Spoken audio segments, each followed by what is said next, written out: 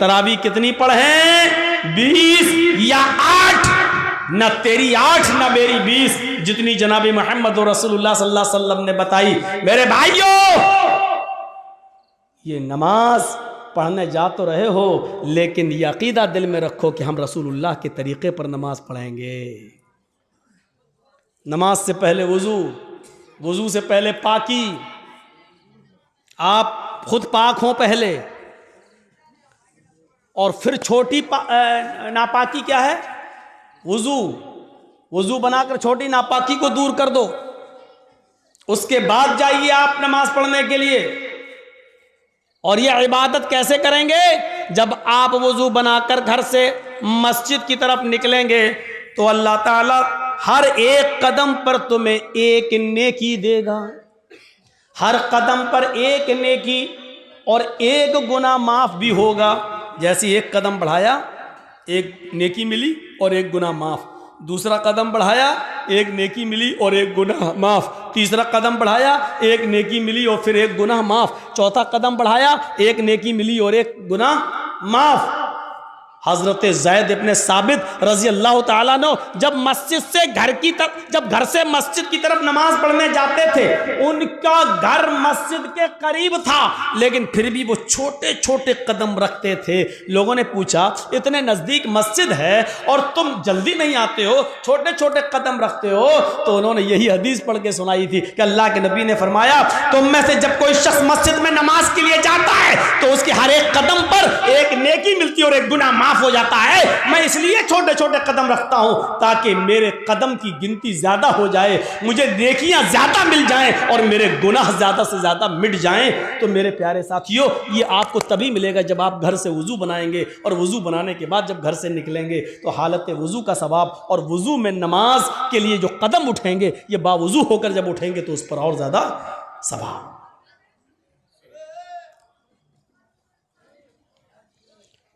तो अल्लाह को पहले सबसे बड़ा मानो। जिन्होंने अल्लाह को सबसे बड़ा मानकर अपना कारोबार, अपना बिजनेस बंद कर दिया, वो मस्जिद की तरफ जाएं।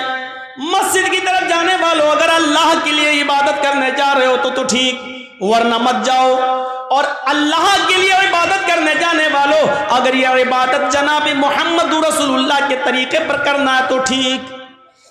अब ये 3 चीजें बताने के बाद अब कहा जा रहा है, सुनो, ये 3 चीजें, अल्लाह को सबसे बड़ा मान लिया और इबादत अल्लाह के लिए करने जा रहे हैं, और यह इबादत नबी के तरीके पर करने का इरादा है, नबी के तरीके पर, नबी ने जैसे बताया है। 3 चीजें बताई गई। उसके बाद पहले अल्लाह को सबसे बड़ा मानो, दूसरा जब अल्लाह को बड़ा मान लिया तो इबादत अल्लाह के लिए करो, और इबादत जब अल्लाह के लिए करने का पूरा अज़्म हो गया तो ये इबादत रसूलुल्लाह के तरीके पर करो, नबी के तरीके पर, रसूल के तरीके पर। कुछ नहीं चलेगा तेरा। नबी ने 1 रकात में 1 रुकू किया, 1 ही करना है। नबी ने 1 रकात में 2 सजदे किए, 2 ही करना है। नबी ने जोहर में 4 पढ़ी, अगर तू 6 पढ़ेगा तो गुनाहगार होगा। नबी ने मगरिब में 3 पढ़ी, अगर तू 4 पढ़ेगा तो गुनाहगार होगा।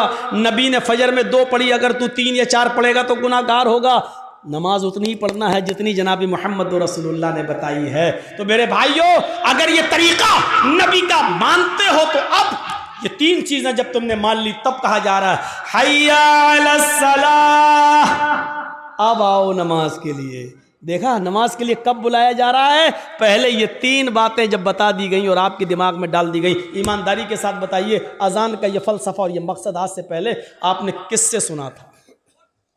हमें तो ये मालूम था कि नमाज अजान हो रही, चलो नमाज पढ़ना है, नमाज के लिए अजान हो रही। नहीं, नमाज के वक्त को बताने के लिए घड़ी काफी है। नमाज के वक्त को बताने के लिए आजकल टाइम मोबाइल बतला रहा है।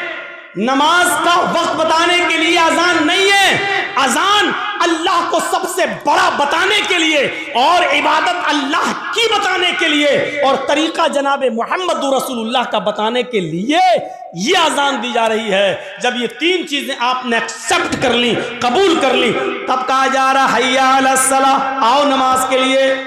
अब ये नमाज तुम्हें भलाई पर पहुंचाएगी, ये नमाज तुम्हारे लिए भलाई का रास्ता खोलेगी। इसलिए क्या कहा जा रहा है? हय्या अलल फलाह, आओ ऐसी नमाज पढ़कर भलाई पर, भलाई के लिए, आओ भलाई के हय्या अलल फला, आओ कामयाबी की तरफ, आओ भलाई की तरफ। यानी जब अल्लाह की इबादत करोगे और रसूल के तरीके पर करोगे तो ये नमाज तुम्हारे लिए भलाई का रास्ता है, ये नजात का जरिया है, ये नजात का जरिया। और अगर अल्लाह के लिए नहीं है और रसूल के तरीके पर नहीं है तो ये नमाज भी नहीं है और भलाई भी नहीं, भलाई भी नहीं।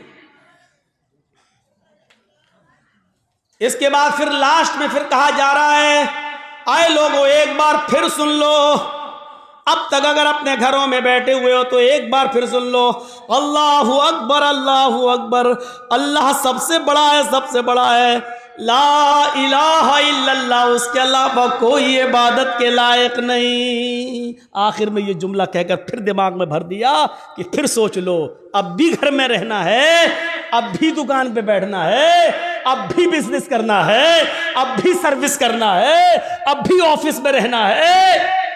लास्ट में फिर सुन लो कि अल्लाह सबसे बड़ा है। अगर ऑफिस का मालिक निकाल देगा निकाल दे, क्योंकि रोजी वो नहीं देता, रोजी देने वाला अल्लाह है। अच्छा ठीक है, ऑफिस में बैठे हो, उससे रोजी रोटी चल रही है, प्राइवेट जॉब है, अचानक आग लग गई, आपके दोनों हाथ जल गए, अब क्या करोगे बताइए आप? अब क्या करोगे? अचानक बिल्डिंग टूट गई, गिर गई, दीवार गिर गई, यहां फिसल गए, हमारे दोनों पैर टूट गए, अब क्या करोगे? आप तो ऑफिस को सबसे बड़ा समझे थे ना, इसलिए तो नमाज पढ़ने नहीं आए थे, अब क्या करोगे? सेहत का कबला मर्जिक, अपनी तंदुरुस्ती को, अपनी जवानी को, अपनी बीमारी से पहले गनीमत जान ले और अल्लाह की इबादत कर ले। तसव्वुर करो, अजान का मकसद ये है, इसलिए होती है ये अजान, इसलिए दी जाती है ये अजान, ताकि अल्लाह का सबसे बड़ा होने का तसव्वुर हमारे दिमाग में रहे और अल्लाह की इबादत करने का तसव्वुर हमारे दिमाग में रहे, और इबादत जनाब मोहम्मद रसूलुल्लाह सल्लल्लाहु अलैहि वसल्लम के तरीके पर करने का तसव्वुर हमारे दिमाग में रहे। दुनिया में बहुत से नबी आए, सुनिए, और हर नबी पर नमाज फर्ज थी, हर नबी पर नमाज फर्ज थी। हजरत इब्राहिम अलैहिस्सलातु वस्सलाम ये कहा करते थे, इन्ना सलाती व नुसुकी व महयाया व ममाती लिल्लाहि रब्बिल आलमीन, मेरी नमाज, मेरी कुर्बानी, मेरी जिंदगी और मेरी मौत अल्लाह के लिए है। कुरान कह रहा है ना, इन्ना सलाती व नुसुकी व महयाया व ममाती लिल्लाहि रब्बिल आलमीन, मेरी नमाज, मेरी कुर्बानी, मेरी जिंदगी, मेरी मौत किसके लिए? अल्लाह के लिए। इसका मतलब यह है कि इब्राहिम अलैहिस्सलाम पर भी नमाज फर्ज थी। जब अपनी बीवी हाजरा को और अपने बच्चे छोटे इस्माइल को जब छोड़ दिया था बियाबान जंगल में, और जब चले गए बहुत दूर, बीवी और बच्चे की आंखों से ओझल हो गए, तो इब्राहिम अलैहिस्सलाम ने जो दुआ की थी वो दुआ को देखो कुरान रिकॉर्ड करता है, और रब्बी इन्नी अस्कंतु मिन ज़ुर्रियती बिवादिन गैरि ज़ी ज़रा इंद बैतिकल मुहर्रम लियुकीमुस सलाह इलाहल आलमीन। ओ अल्लाह रब्बुल आलमीन, हमने अपनी बीवी को, हमने अपने बच्चे को एक बियाबान जंगल में तेरे हवाले छोड़ दिया है। उस जंगल में कोई नहीं है, इंसानी आबादी नहीं है, उस जंगल में कोई रहता नहीं है, कोई बंदा नहीं है। बिवादिन गैरि ज़ी ज़रा, बेआबू गैरआबादी है, वहां दरख्त भी पैदा नहीं होते, वहां बियाबान जंगली जंगल है, वहां से कोई काफिला भी नहीं आता है। थोड़े बहुत दरख्त जो दिख रहे हैं उन पर परिंदों के घोंसले भी नहीं है, एक चिड़िया का भी पता नहीं है। ऐसी बियाबान जंगल में जो गैर आबाद है, गैर ज़ी ज़रा है, उस जंगल में हमने अपने बीवी बच्चों को छोड़ दिया है। इंद बैतिकल मुहर्रम, तेरे काबिले एहतराम घर के पास जहां तेरा घर तामीर होगा, जहां हमें तेरा घर बनाना है, जहां खाने काबा को बनाना है, जहां किबला बनना है, जहां किबले की तामीर होना है, तेरा घर बनना है, ऐसे घर के पास हमने अपने बीवी बच्चे को छोड़ दिया है लियुकीमुस्सलाह, ताकि उससे फैलने वाली जुर्रियत मेरे बीवी बच्चे लियुकीमुस्सलाह नमाज कायम कर सकें, नमाज अदा कर सकें, नमाज पढ़ सकें। अपने बीवी को और बच्चे को छोड़ दिया है, एक भी परिंदा नहीं है, काफिला नहीं है, इंसान नहीं रह रहा है, साए साए बीतती है, खतरनाक जानवरों का डेरा है, लेकिन यही खाने काबा बनना है, यही अल्लाह का घर बनना है, इसी खाने काबा का तवाफ आगे चल के होना है, और सारी दुनिया इसी की तरफ आगे चल कर रुख करके नमाज पढ़ने वाली है। हमें इसी जगह पर अपने बीवी बच्चों को छोड़ दिया है, ताकि मेरी बीवी से, मेरे बच्चों से जो नस्ल फैले, जो तादाद बढ़े, जो संख्या बढ़े, जो आबादी बढ़े, लियुकीमुस्सलाह, वो तेरी लिए नमाज पढ़ सकें, वो नमाज कायम करें, वो नमाज पढ़ने वाले हों। इब्राहिम अलैहिस्सलाम ये दुआ कर रहे हैं, हमने अपने बीवी और बच्चों को ऐसी जगह छोड़ा है जो बिल्कुल बियाबान है, लेकिन हमने वहां इसलिए छोड़ा है, वहां तेरा घर है इसलिए छोड़ा ताकि वो नमाज अदा करें, नमाज पढ़ें। कुरान की आयत से हमें पता चलना चाहिए कि नमाज की अहमियत क्या है। यही नमाज है।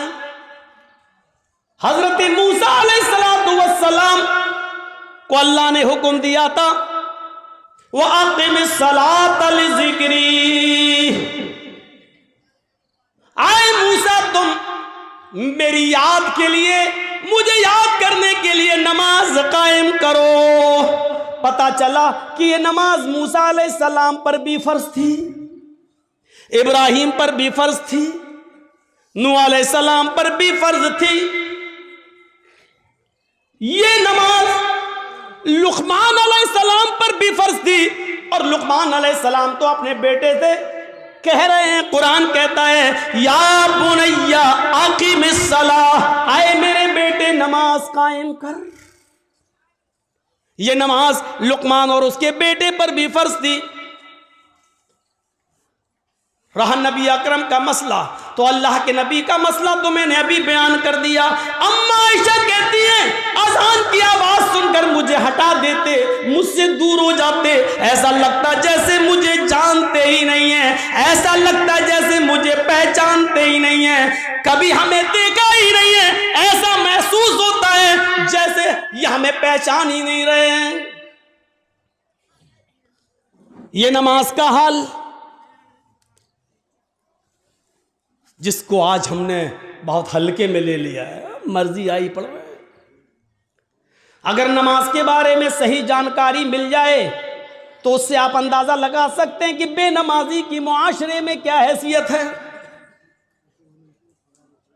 बेनमाजी के घर खाना खाना जायज नहीं है, बेनमाजी की शादी में शिरकत करना जायज नहीं है।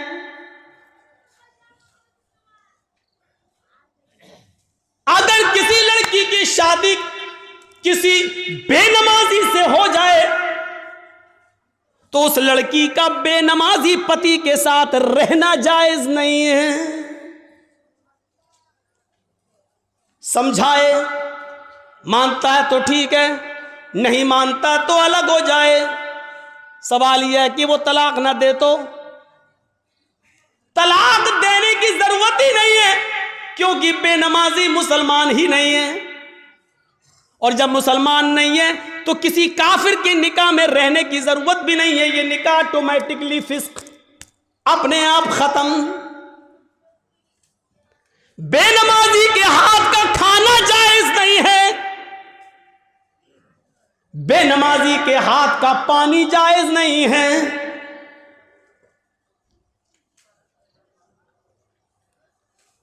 बेनमाजी अगर मर जाए तो उसकी नमाज़े जनाजा पढ़ना जायज नहीं है। बेनमाजी अगर मर जाए तो उसको मुसलमानों के कब्रिस्तान में दफन करना जायज नहीं है। क्या क्या बताऊं।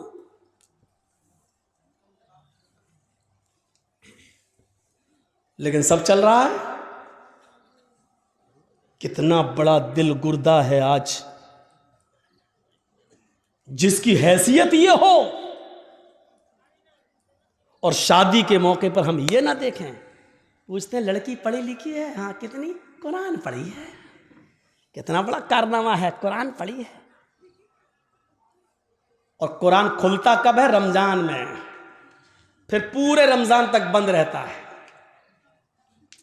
फिर जब रमजान का महीना आएगा तब वो कपड़े से खुलेगा, धूल उस वक्त धूल साफ होगी, अपने जहेज के बर्तन रोज धोएगी, अम्मा की और बाप की तरफ से मिले हुए बर्तन रोज धोएगी। लेकिन कुरान जिस जुज़दान में लिपटा हुआ है उसको महीनों हो जाते हैं, उसको साफ करने की नौबत नहीं। जिस तरीके से बेनमाजी औरत बेनमाजी आदमी के साथ नहीं रह सकती, उसी तरीके से नमाजी शौहर के साथ बेनमाजी औरत नहीं रह सकती।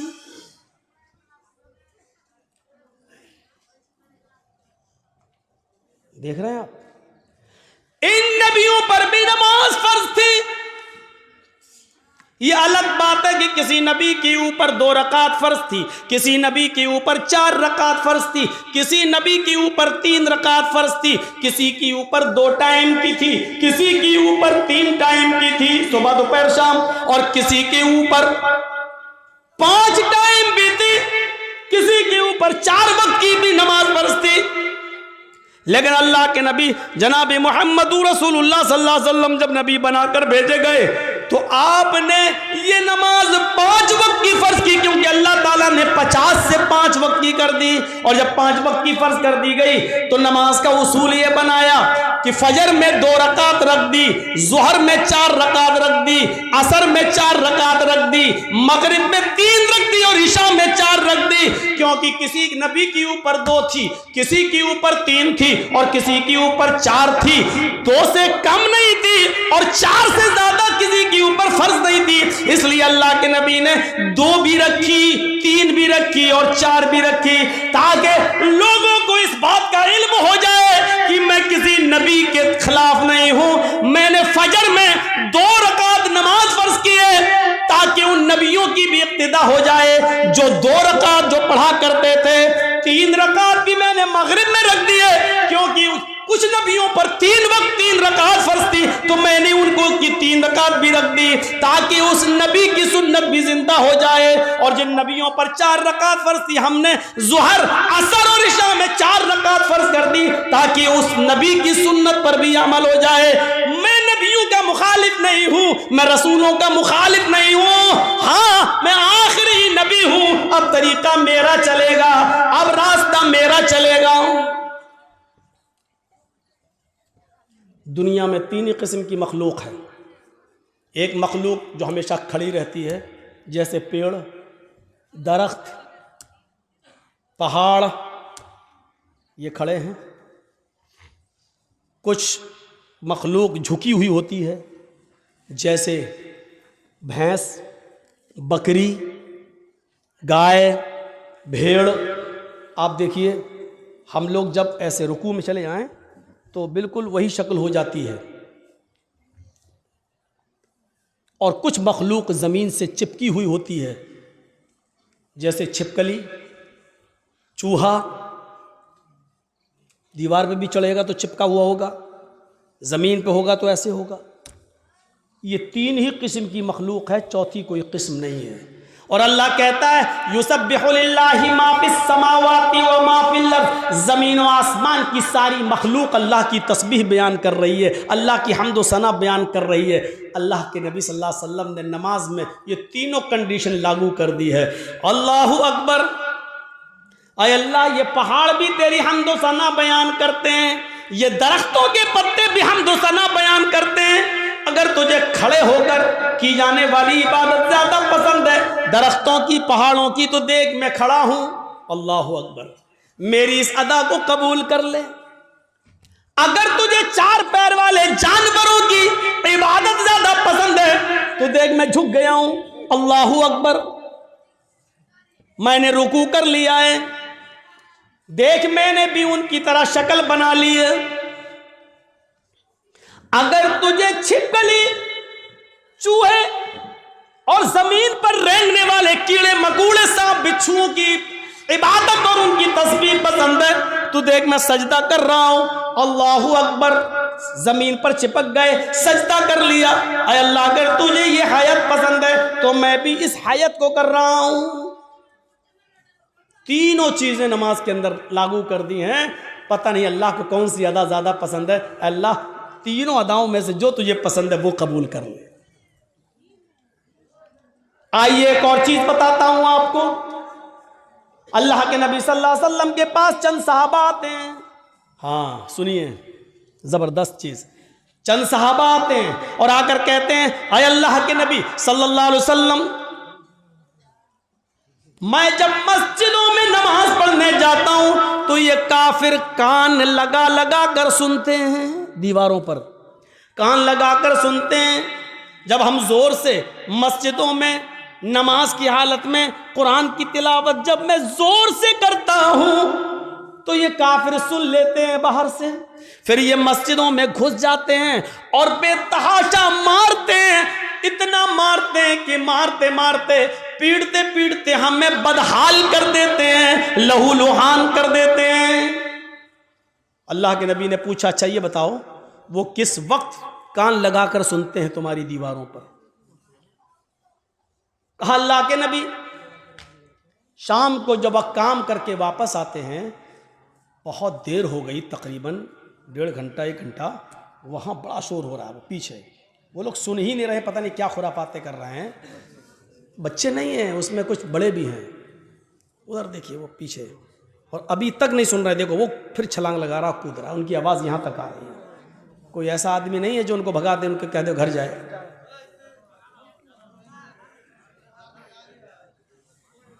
इतने शैतान बच्चे, इनके माँ बाप से पूछो, हमें हमारा दिल कहता है ये रात में पैदा हुए होंगे।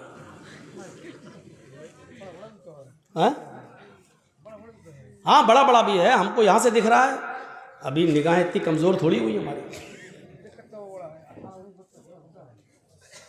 पूछा अल्लाह के नबी सल्लल्लाहु अलैहि वसल्लम ने, अच्छा ये बताओ कि वो किस वक्त कान लगा के सुनते हैं? कहा अल्लाह के रसूल, वो जब शाम को काम करके वापस आते हैं, जब तो वो कान लगाकर सुनते हैं, यानी असर के वक्त। तो अल्लाह के नबी सल्लल्लाहु अलैहि वसल्लम ने फरमाया, अच्छा तो कान लगाते हैं वो दीवारों पर? कहाँ? तो ठीक है, फिर असर में तुम कुरान की किरात जोर से करना बंद कर दो, यानी आहिस्ता पढ़ लो। और कब कान लगाते हैं? कहा अल्लाह के रसूल, कैलूला करते वक्त। हम लोग जब दोपहर में काम करके आते हैं, घर में खाना खा के थोड़ा सोते हैं, कैलूला यानी जोहर की नमाज के वक्त वो कान लगाकर सुनते हैं और हमको पकड़ के मारते हैं जब हम जोर से कुरान की तिलावत करते हैं तब। तो अल्लाह के नबी ने कहा जोहर में भी तुम कुरान को आहिस्ता पढ़ो। देखिए आपने ये नहीं कहा कि नमाज घर में पढ़ लो। मकामी आदमी हो, जो कहीं का रहने वाला हो, आप अपने गांव के रहने वाले हैं, तो आप अपने घर पे नमाज नहीं पढ़ेंगे। कोई मुसाफिर आदमी है, सफ़र से आया है, तो वो जहाँ ठहरा है, जहाँ रुका है, वो नमाज पढ़ सकता है अपने मकाम पर जहाँ वो ठहरा है, इसलिए कि उसको कसर में करना है, 2 रकात पढ़ना है। और मुसाफिर जोहर और असर एक साथ पढ़ सकता है, मगरिब और इशा एक साथ पढ़ सकता है, वो 2 नमाजें मिला सकता है, उसको गुंजाइश है, लेकिन मकामी आदमी को नहीं। अल्लाह के रसूल ने उनसे क्या कहा? अच्छा जोहर में मारते हैं और असर में मारते हैं? कहा तो ठीक है, जोहर में आहिस्ता पढ़ लो और असर में आहिस्ता पढ़ लो। अच्छा ये बताओ मगरिब में? का अल्लाह के रसूल वो बहुत देर से आते हैं, तो मगरिब में वो कान लगा के नहीं सुनते हैं। तो आपने फरमाया फिर मगरिब में कुरान की तिलावत जोर से करो। अच्छा ईशा में? हाँ अल्लाह के नबी जब वो घर कारोबार करके खेती बाड़ी करके वापस आते हैं तो ईशा में भी कान लगा के सुनते हैं। आपने हाँ तो वो ईशा में भी नहीं सुनते हैं क्योंकि थके हुए होते हैं, खाना खाया और सो गए। मगरिब के बाद आते हैं, सुनते नहीं हैं, इसलिए आपने कहा मगरिब में पढ़ो जोर से। ईशा की नमाज आप इतनी देर से पढ़ते हैं कि उनको नींद आ जाती है, वो ईशा में भी नहीं सुनते। आपने फरमाया तो ईशा में भी पढ़ो। अच्छा फजर में? कहा अल्लाह के नबी फजर में तो वो खुद ही घोड़ा बेच के सोते रहते हैं। तो आपने कहा फिर फजर में भी जोर से तिलावत करो। पहले ये पांचों वक्त जोर से तिलावत होती थी, पांचों नमाजों में जोर से पढ़ा जाता था अल्हम्दुलिल्लाह रब्बिल आलमीन। जब सहाबा ने शिकायत की कि अल्लाह के रसूल ये हमें मारते हैं, कानों में दीवारों पे कान लगाते हैं, सुन लेते पढ़ रहे हैं तो मारते हैं, पीटते इतना मारते हैं कि लहू लुहान हो जाते हैं। तो आपने कहा कब मारते हैं? कहा जोहर में। आपने कहा जोहर में आहिस्ता पढ़ो। कब मारते हैं? कहा असर में। असर में भी आहिस्ता पढ़ो। मगरिब में? कहा नहीं जोर से पढ़ो। इशा में सो जाते हैं वो, जोर से पढ़ो। फजर में नहीं उठते हैं वो, जोर से पढ़ो। मेरे भाइयों ये सिलसिला चलता रहा, बहुत दिनों तक ये सिलसिला चलता रहा, और इतने दिनों तक ये सिलसिला चला कि मक्का फतह हो गया। जब मक्का में कामयाबी मिल गई और नबी की हुकूमत आ गई, तब सहाबा किराम ने फिर अर्ज किया। अब जो चीज बताना चाहता हूं वो सुनिए। अब सहाबा ने अर्ज किया, आए अल्लाह के नबी, जब हमारे हालात खराब थे, जब ये हमें मारते थे, पीटते थे, जिसकी वजह से आपने आहिस्ता पढ़ने का हुक्म दे दिया था जोहर में और असर में, अब तो ये मारते नहीं हैं, अब तो हुकूमत हमारे हाथ में आ गई, अब तो मक्का और मदीना की बागडोर हमारे हाथ में है, तो आए अल्लाह के नबी हमें पहली वाली इजाजत दे दीजिए, अब हम फिर से पांचों वक्त की नमाजों में जोर से तिलावत करें। भाई हालात अब खत्म हो गए, पहले हालात बुरे थे इसलिए आपने आहिस्ता पढ़ने को कह दिया, अब तो हमारे फेवर में है हालात, अब तो हमारे हक में है हालात, तो अब क्यों हम आहिस्ता पढ़ें, अब हम जोर से पढ़ेंगे। आपने कहा नहीं, नहीं, बिल्कुल नहीं।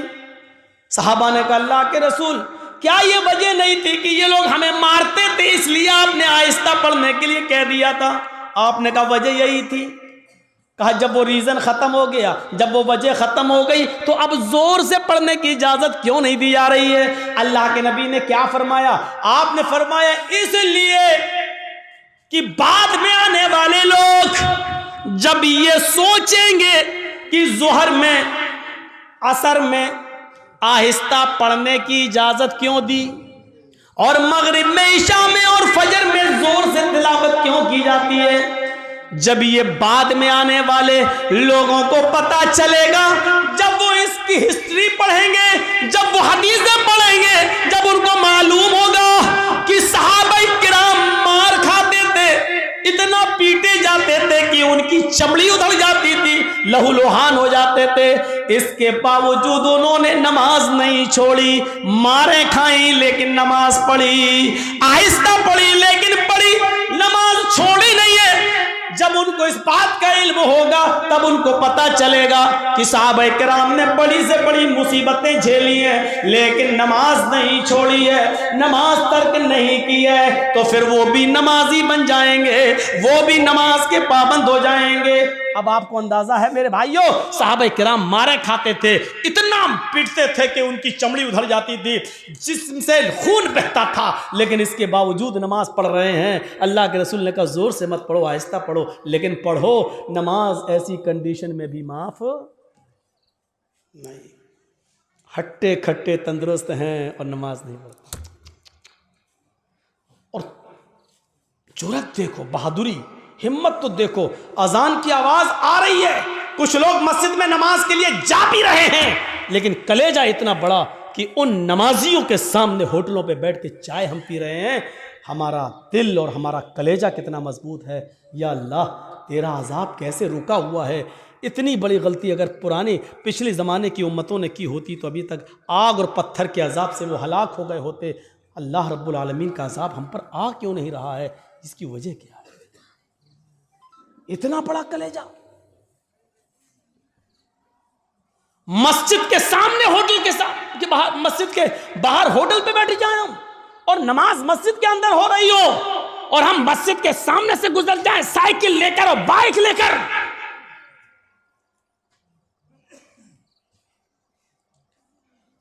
यह मस्जिद दिन भर में 5 मरतबा बद्दुआ देती है, इलाहुल आलमीन इन लोगों ने मुझे बनाया तो बड़ी शान से है, जलसे करा करा के, चंदे कर कर के, सीमेंट ले लेके, बोरियां ले लेकर, ईंटें ले लेकर हमें बनाया तो बहुत अच्छा है, खूबसूरत बना लिया, मीनारा भी बना दिया, बड़ी आलीशान बना दिया, लेकिन इलाहुल आलमीन इन्होंने मुझे वीरान कर दिया। बनाने के बाद मुझे आबाद नहीं किया। आय अल्लाह, इन्होंने मेरा पेट नहीं भरा। अल्लाह, इन्होंने मुझे बनाने के बाद मेरे पास नहीं आए, मेरी गोद में नहीं आए। आय अल्लाह, जिस तरीके से इन्होंने मुझे बनाने के बाद वीरान कर दिया, आय अल्लाह तू इनकी जिंदगियों में वीरानी पैदा कर दे। अल्लाह, जिस तरह इन्होंने मुझे बर्बाद किया तू इनको बर्बाद कर दे। अल्लाह, जिस तरीके से इन्होंने हमें बना सवा कर दुरुस्त करने के बाद हमें भुला दिया है, आय अल्लाह तू इनको भुला दे। मेरे भाइयों, ये मस्जिदों की कई बद्दुआओं का नतीजा तो नहीं जो हमारे हालात ही है, जो हमारे हालात ही हैं। पहले जमाने में जब जंगें होती थी, नमाज का वक्त हो जाया करता था, बादशाह नमाज की हालत में, बादशाह जंग की हालत में नमाज के लिए खड़ा हो जाता था। दूसरा बादशाह ये समझता था कि ये क्या हो रहा है, बताया ये नमाज पढ़ रहे हैं, अल्लाह को याद कर रहे हैं, अल्लाह से दुआ कर रहे हैं। वो बादशाह अपनी फौज लेकर भाग जाता था, ये कहते हुए कि जो कौम तीरों और तलवारों कि सायों में भी अपने रब को न भूलती हो तो उसका रब उसे कैसे भूल जाएगा। जो कौम तलवारों के सायों में पली हुई हो, तीरों तलवारों के सायों में जो नमाज अदा कर रही हो, ऐसी पोजीशन में भी वो अपने रब को भूल नहीं रही हो, अपने रब की इबादत कर रही हो, फिर उसका रब हमारे साथ क्या करेगा अगर हमने इनको इस पोजीशन में मारा। वो अपनी फौज, अपने हथियार, अपने घोड़े, अपना सारा हथियार वहीं पर डालकर भाग जाया करते थे, ये कहते हुए कि आय अल्लाह वालों, हम तुम्हारा मुकाबला नहीं कर सकते, आय अल्लाह वालों, हम तुम्हारा मुकाबला नहीं कर सकते। मेरे भाइयों, कल तक हमारे ये हालात थे, आज हमारे हालात ये, हमारी मस्जिदों में नमाज हो रही है लेकिन काफिरों की बारात बजती हुई जाती है, उनके बैंड बजते हुए जाते हैं, उनके गाने बजते हुए जाते हैं, लेकिन हमारी अजान की आवाज या नमाज की किरत भी हो रही हो तो उनको कोई फर्क नहीं पड़ता। क्योंकि जब अजान और नमाज के वक्त हमने अपनी टीवियों को बंद नहीं किया है, जब हमने अपने घरों में टीवियां चलाना शुरू कर दी, तो फिर काफिरों के दिलों से भी हमारा रोबो दबदबा निकल गया, काफिरों के दिलों से भी हमारा रोबो दबदबा खत्म हो गया। क्यों होगा? हमने काफिरों के दिलों में अपनी इज्जत बनाई कहां है? कहां बनाई है हमने अपनी इज्जत? ग़ज़वा अहज़ाब का वो मौका याद करो। सुनो, सिर्फ एक नमाज थी, बस एक, वो भी अल्लाह के रसूल सल्लल्लाहु अलैहि वसल्लम नबी की एक नमाज, और वो भी छूटी नहीं थी, बस सिर्फ उसका असल वक्त निकल गया था। ग़ज़वा, जंग हो रही है, नाम है उस ग़ज़वे का ग़ज़वा अहज़ाब। और सुनो, कलेजा संभाल कर सुनो, दिल संभाल के सुनो इस वाक़े को। ग़ज़वा अहज़ाब, काफिरों की तरफ से तीर चल रहे हैं, मुसलमानों की तरफ से भी तीर चल रहे हैं। ये जंग इतनी खतरनाक हुई कि असर की नमाज का वक्त आ गया, लेकिन सहाबा किराम संभल नहीं पाए। कोई इधर था, कोई उधर था। नमाज पढ़े तो कैसे पढ़े? एक साथ होते तो चलो आधे पढ़ लेते, आधे जंग करते, फिर ये जो आधे पढ़ चुके होते ये जंग में चले जाते, जो छूट गए वो बाद में पढ़ लेते। लेकिन कोई इधर है, कोई उधर है। ये असर की नमाज का वक्त था, असर की नमाज का वक्त। अल्लाह के रसूल नमाज पढ़ा नहीं सके और सहाबा एक साथ जमा नहीं हो सके। कोई इधर से तीर चला रहा, कोई उधर से तीर चला रहा है, लेकिन तीर चलाते चलाते चलाते चलाते मगरिब का सूरज जो डूबता है, मगरिब की नमाज के लिए सूरज के डूबने से, सूरज के गुरूब होने से थोड़ी देर पहले सहाबा किराम ने उस जंग पर कामयाबी हासिल कर ली, यानी काफिरों को हरा दिया। लेकिन असर की नमाज का वक्त निकल गया। सुनिए, असर की नमाज का वक्त निकल गया था, जल्दी से वहीं साहबा ने तयम्मुम किया और वुजू बना, तयम्मुम पानी तो था नहीं, जल्दी से तयम्मुम किया और नमाज पढ़ना शुरू कर दी। सूरज डूबने से, गुरूब होने से पहले पहले अल्लाह के नबी ने और सहाबा ने असर की नमाज पढ़ ली। सिर्फ वक्त निकल गया, जो पढ़ना चाहिए था पौने, हम लोगों के यहाँ कितने बजे होती है असर? आपके यहाँ कितने बजे हो रही है असर? 2:45 पर? हाँ, कहीं 3:30 पे भी हो रही होगी, हम 3:15। आपकी मस्जिद में कितने बजे हो रही है? 3:15।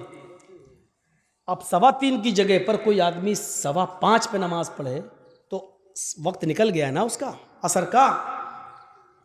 मान लीजिए 5:30 पे सूरज डूब रहा है और 5:15 पे आदमी नमाज पढ़ रहा है, तो सूरज डूबने से पहले ही तो पढ़ रहा है वो। सूरज गुरूब होने वाला है, जल्दी से अल्लाह के रसूल ने और सहाबा ने तयम्मुम किया और नमाज पढ़ ली। और पढ़ने के बाद जो जुमले कहे वो सुनो, जो जुमले कहे उन काफिरों के लिए वो सुनो। मला अल्लाहु बुयूतहुम व कुबूरहुम नारा कमा हबसूना वशगलूना अनिस सलातिल वुस्ता। बुखारी शरीफ की हदीस के अल्फाज हैं। अल्लाह के नबी फरमाते हैं, इलाहुल आलमीन, जिन काफिरों की वजह से आज हमारी असर की नमाज का अव्वल वक्त निकल गया,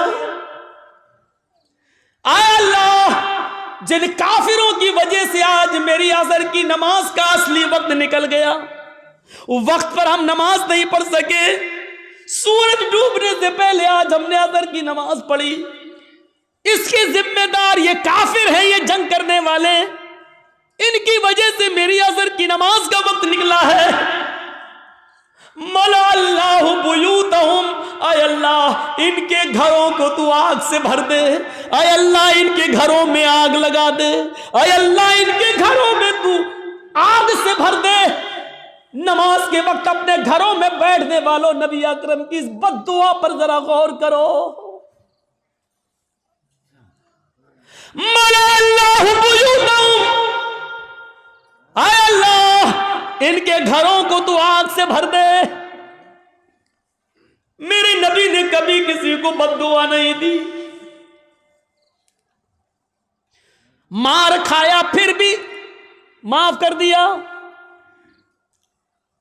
नबी की बेटी को जिसने पेट फाड़ा, हिबार इब्ने अस्वद ने तीर मारकर, नबी की बेटी ज़ैनब के पेट में हमल था, बच्चा था, तीर पेट में लगता है, बच्चा गिर जाता है।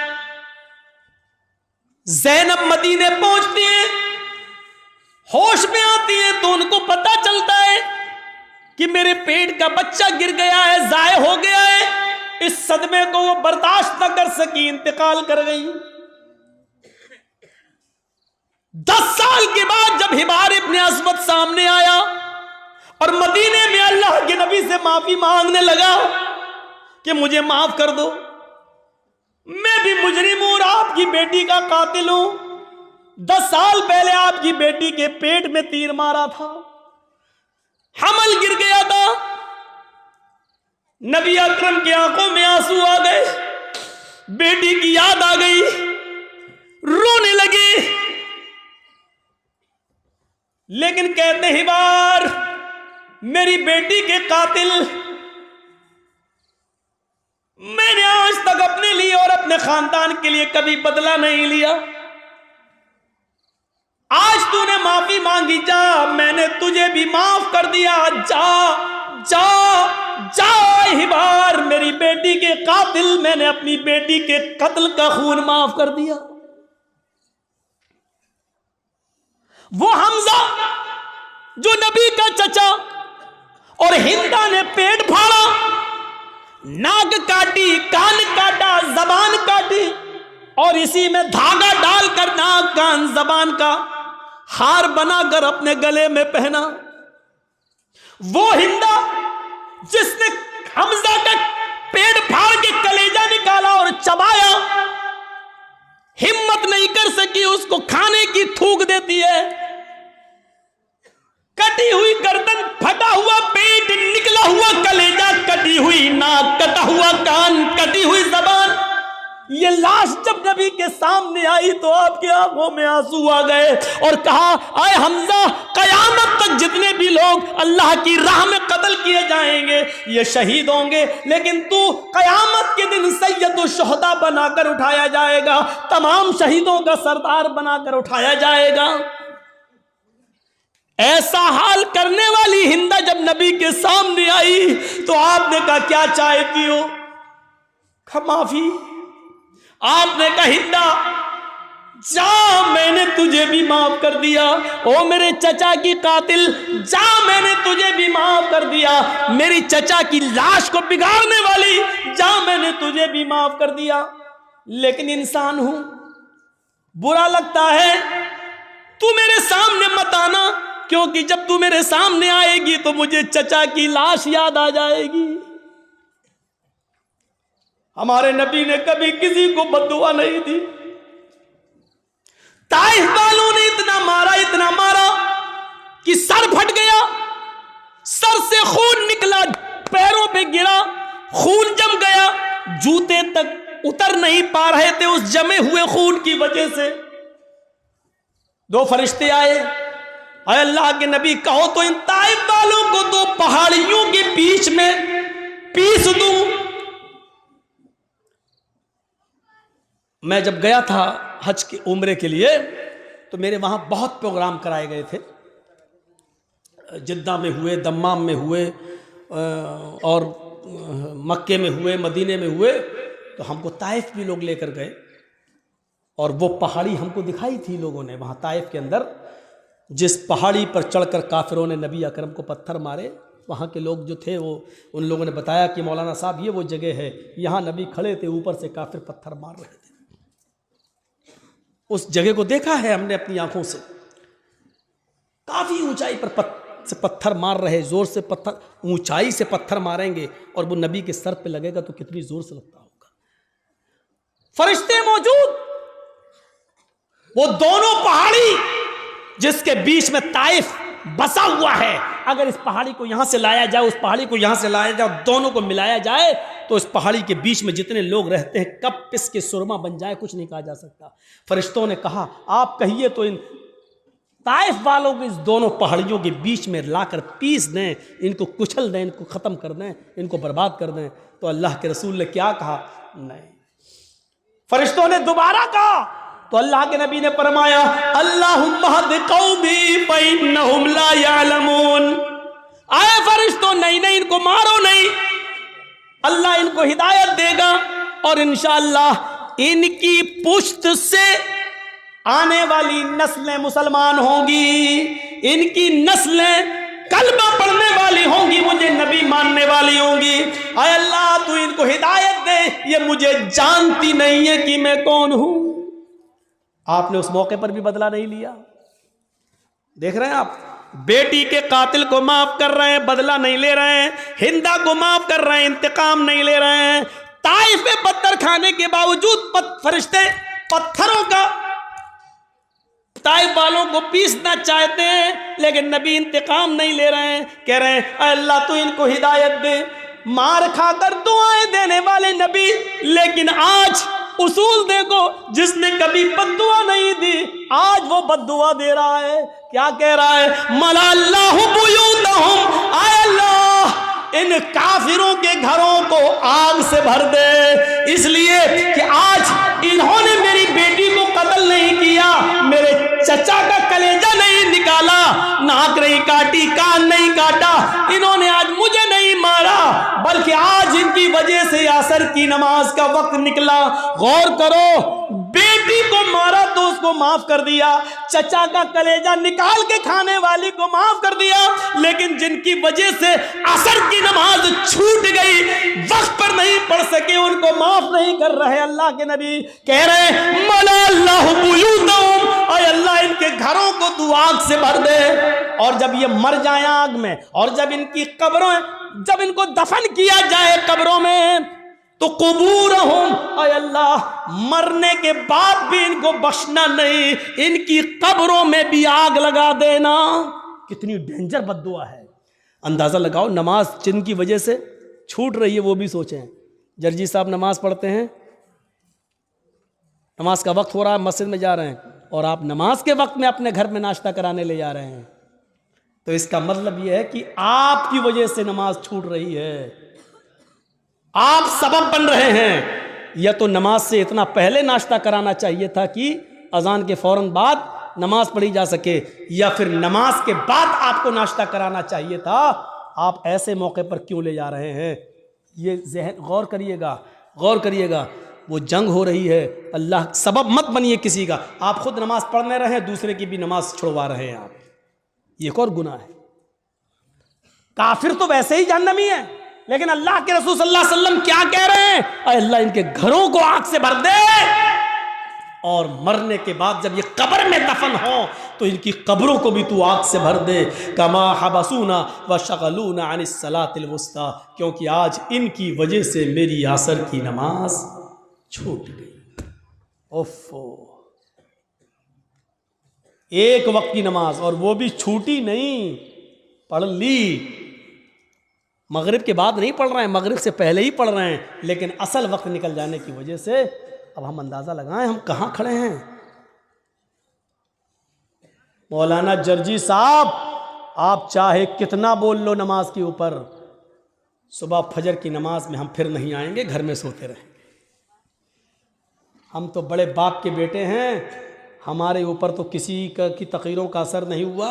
80-90 साल के बुजुर्ग उलमा आए, उनकी नहीं मानी, तुम तो कल के लौंडे, तुम्हारी क्या सुनेंगे?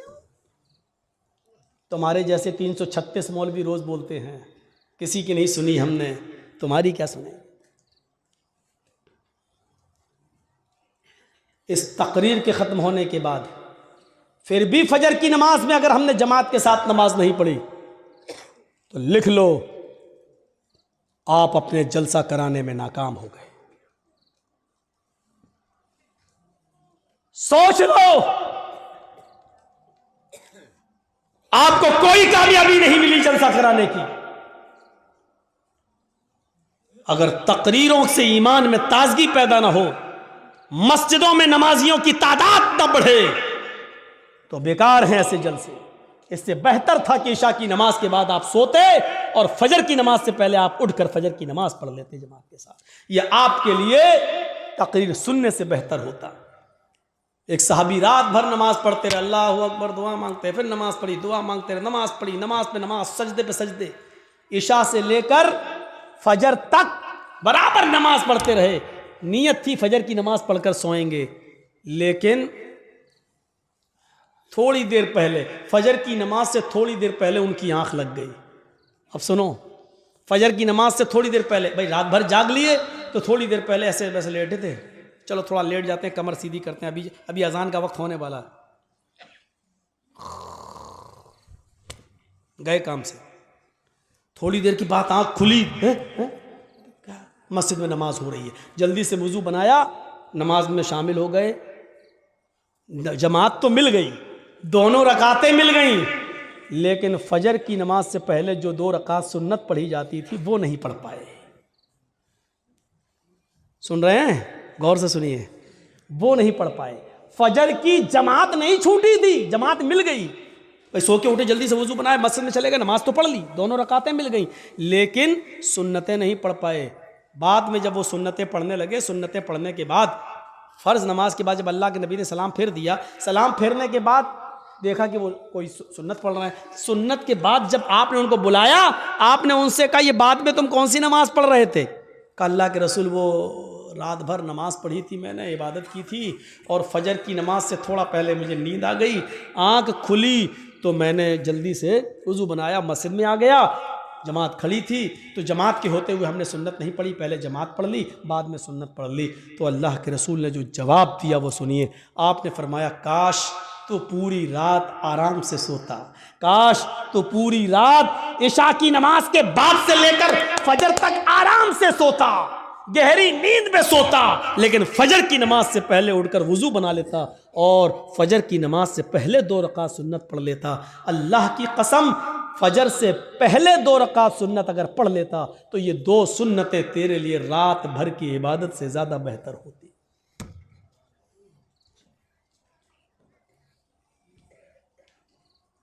फजर की नमाज से पहले 2 रकात सुन्नत तुम्हारी रात भर की इबादत से ज्यादा बेहतर होती। क्यों जागे तुम रात भर?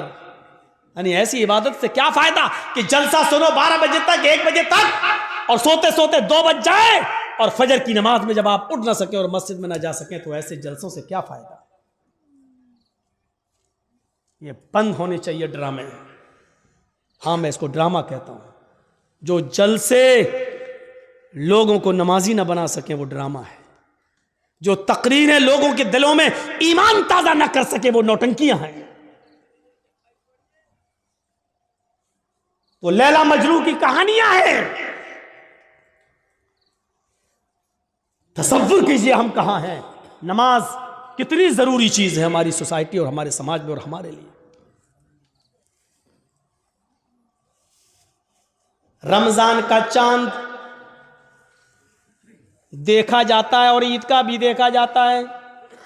रमजान का चांद देखने के लिए एक आदमी की, बाशरा आदमी की गवाही की जरूरत है। अगर एक आदमी ये कह दे कि मैंने चांद देखा है, तो दूसरे दिन से रोजा रखा जाएगा। ईद के चांद के लिए 2 आदमियों की गवाही जरूरी है।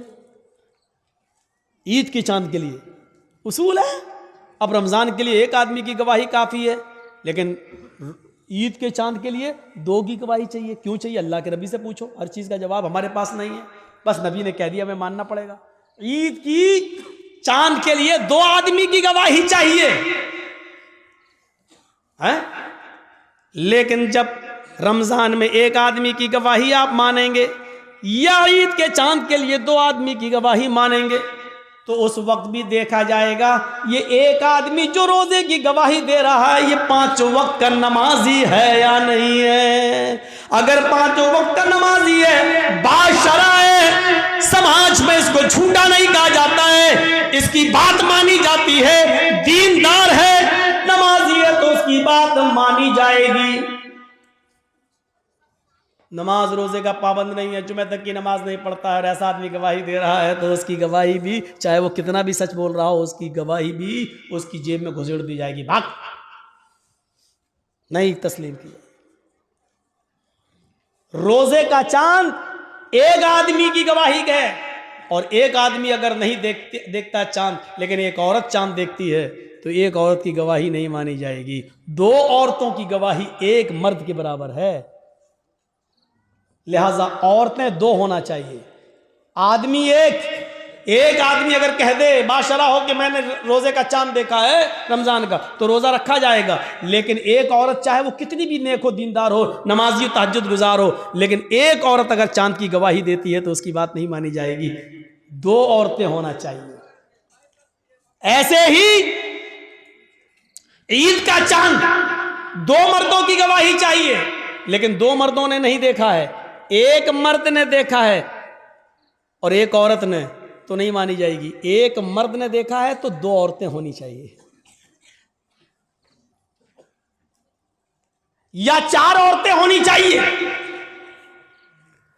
वो भी बाशरा। अब हम अपने जहन में इस बात को रखें कि जब यहां बेनमाजियों की गवाही नहीं मानी जा रही है, सोचिए तो और मामलात के अंदर बेनमाजी की हैसियत क्या होगी। आइए एक और चीज की तरफ हम तुम्हें लेके चलते हैं। या अय्युहल्लज़ीना आमनुस्तईनु बिस्सब्रि वस्सलाह, ये बड़ी प्यारी चीज हम आपको बताने के लिए चल रहे हैं मेरे भाइयों। या अय्युहल्लज़ीना आमनुस्तईनु बिस्सब्रि वस्सलाह, आई मानो वालो तुम सब्र और नमाज के जरिए अल्लाह से मदद मांगो। बड़ी प्यारी आयत है। छोटा सा बच्चा है, अभी वो अपनी मां का दूध पीता है, 8-9 महीने का, 10 महीने का, 1 साल का है, चलता है, फिरता है, पूरी ताकत नहीं है, हल्के हल्के पैरों से चलता भी है, गिरता भी है। कभी कभी उसके सामने अनजान आदमी आ जाए तो डरता भी है, उसके सामने कोई कीड़ा मकोड़ा टहलने लगे तो वो डरता भी है। आपने देखा होगा,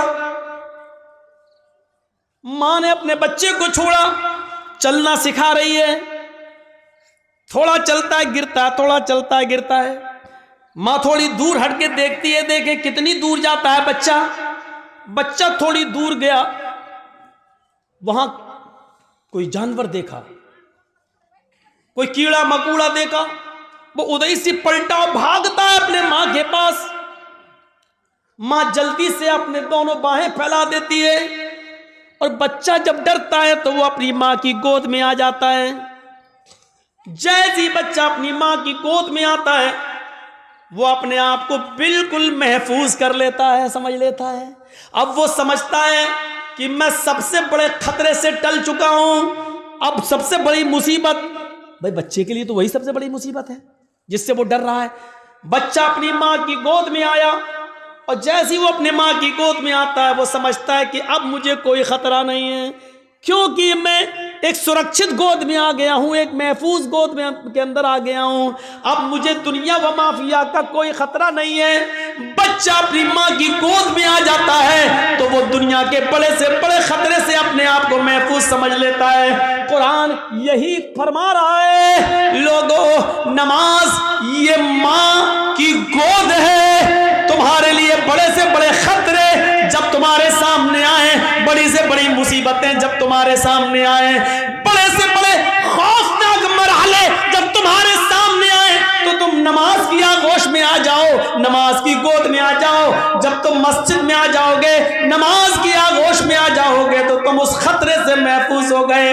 नमाज अपने नमाजी को अपनी गोद में ऐसे ले लेती है जैसे माँ अपनी गोद में अपने बच्चे को ले लेती है। जैसे बच्चा माँ की गोद में आकर अपने आप को महफूज समझ लेता है, ऐसे ही नमाजी नमाज के अंदर अपने आप को महफूज समझ लेता है। एक सहाबी है, जंग हो रही है, नमाज का वक्त हो जाता है। नमाज के वक्त ही में अबू दाऊद शरीफ की रिवायत है, एक तीर आता है और तीर आते ही उनकी पीठ में लगता है।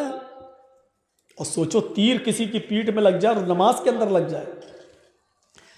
लगी, हाथ बंधे हुए हैं, तीर पीछे लगता है, खून बहने लगता है और टपकने लगता है। लेकिन इन्होंने कुरान पढ़ना बंद नहीं किया, पूरी नमाज पढ़ ली। जब सलाम फेरा, अस्सलामु अलैकुम वरहमतुल्लाह, अस्सलामु अलैकुम वरहमतुल्लाह, लोग उनके पास आए, साहब ये क्या किया तुमने? इतना खतरनाक तीर आधे से ज्यादा तुम्हारी पीठ में घुस गया, खून से पूरी चटाई भीग गई, तुम्हारा कपड़े लहूलुहान हो गए और तुम नमाज में मसरूफ हो।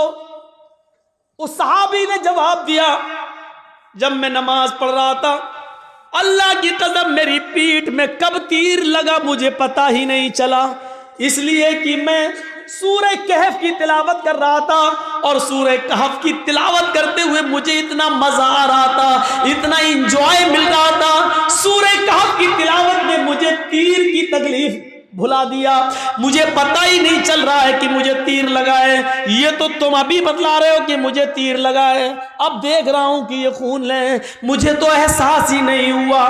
गौर कीजिए, कितना बड़ा खतरा था तीर का लगना और उनको पता ही नहीं, क्योंकि वो नमाज की गोद में थे, नमाज की आगोश में थे। सोचो मेरे प्यारे साथियों, आज हमारी भी नमाजें हैं, हम पढ़ते हैं और एक छोटा सा मच्छर काट ले तो हम जल्दी से गाल मसलने लगते हैं, मच्छर मारने लगते हैं, इसलिए कि हमें कुरान की तिलावत में मजा ही नहीं आता है। वो कह रहे हैं कि हम ऐसे सूरह कहफ पढ़ रहे थे, सूरह कहफ की तिलावत में मुझे इतना मजा आ रहा था, इतना एंजॉय आ रहा था कि मुझे पता ही नहीं चला कि मुझे कब तीर लगा। या अय्युहल्लज़ीना आमनुस्तईनु बिस्सब्रि वस्सलाह, ईमानो वालो तुम सब्र और नमाज के जरिए अल्लाह से मदद मांगो, सब्र और नमाज के जरिए अल्लाह से मदद मांगो। सब्र और नमाज के जरिए सब्र करो और नमाज आगोश में आ जाओ नमाज के। और जब तुम मांगो तो अल्लाह, जब नमाज पढ़ोगे तो अल्लाह तुम्हारी सब सुनेगा। हाँ, ऐसा भी हो सकता है कि नमाज के बाद तुम कुछ मांग रहे हो और अल्लाह नहीं दे रहा है, ये हो सकता है, तो इसमें घबराना नहीं चाहिए। नमाज भी पढ़ रहे हो, दुआ भी मांग रहे हो, या रब्बी या रब्बी या रब्बी, अल्लाह मुझे ये दे, मुझे ये दे, मुझे ये दे, लेकिन नहीं मिल रहा है, इसका यह मतलब नहीं कि आपकी नमाजें कबूल नहीं हो रही, इसका यह भी मतलब नहीं कि अल्लाह आपसे नाराज है। कभी ऐसा मत सोचना। नहीं दे रहा है तो वो जानता है कि क्यों नहीं दे रहा है, उसकी मर्जी है, उसी में भलाई हो सकती है। हमारा एक छोटा सा बच्चा है, उसको निमोनिया हो गया है, एक मिसाल दे रहा हूं। आपका एक छोटा सा बच्चा है, उसको निमोनिया हो गया है, नाक बह रही है, बुखार में तड़प रहा है, बार बार उसको प्यास भी लग रही है, डॉक्टर ने दवा दी है, ठंडी चीजों से मना किया है। जब आप उस बच्चे को लेकर दवा लेकर आ रहे हैं तो रास्ते में बर्फ बेचने वाला आइसक्रीम बेचने वाला आइसक्रीम बेच रहा है, और आपका बच्चा आइसक्रीम की जिद कर रहा है, पापा मुझे आइसक्रीम चाहिए।